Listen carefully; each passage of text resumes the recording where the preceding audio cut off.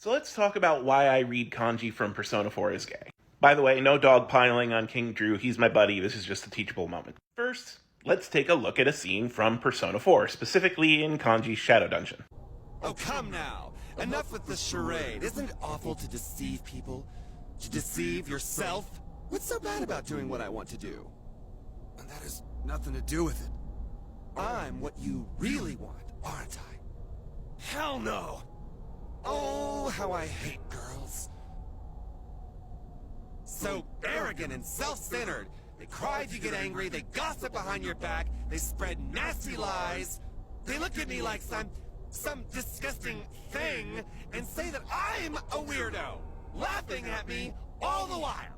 You like to sew? What a queer! Painting is so not you. But you're a guy. You don't act like a guy. Why aren't you manly? What does it mean to be a guy? What does it mean to be manly? Girls are so scary.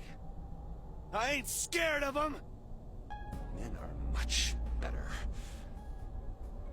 They'd never say those awful, degrading things. Yes, I vastly prefer men. Hell with that! What makes you think you can say that shit with my face? Why, you're me. And I'm you. You do know that, don't you? Now, your Shadow in the Persona series is basically the Jungian archetype of the Shadow, which would require me to go into a whole bunch of philosophy, so I'm gonna TLDR it. In Persona 4, everyone's shadow represents an internal conflict and a perversion of that internal conflict. It is a secret about who they are, and the perversion is who they think that means they are. Now, if you read Kanji as gay, then his homosexuality and coming to terms with that is the internal conflict, and the perversion is this very effeminate, very stereotypical shadow that we see. Which, as someone who has cultivated this manly sort of like biker gang punk persona, kind of conflicts with who he feels he is as a person. The conflict, the antagonist, is the femininity. And that's okay, that's a pretty mundane conflict. Punk guy is afraid of not coming off as manly. The resolution of this is Kanji accepts that he's a homosexual, but that doesn't dictate his behavior. He still gets to be who he wants to be. Now, here's the thing. If you flip it, you get your reading. At this point, the inner truth is the femininity, and the perversion is homosexuality. The roles are reversed. The idea is that Kanji can like feminine things without being gay. But the problem then is that that puts being gay in the antagonist slot. When femininity was put in the antagonist slot, that's mostly mundane. Your self-image is kind of a subjective thing. So if femininity isn't your thing, that's fine. That can be your bad guy.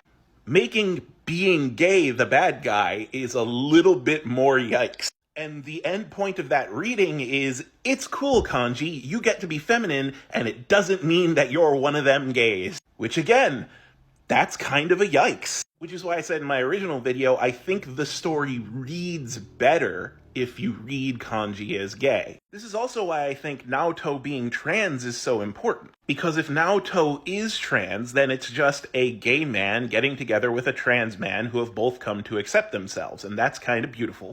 But in the straight reading, then the end message is, it's okay to like masculine-looking girls, as long as you still like girls. Like, it's still a, well, at least you're not gay reading, which again is a big yikes. And coupled with statements from the design team saying that Kanji was supposed to be gay, I just genuinely feel like it makes a less problematic story to read him that way.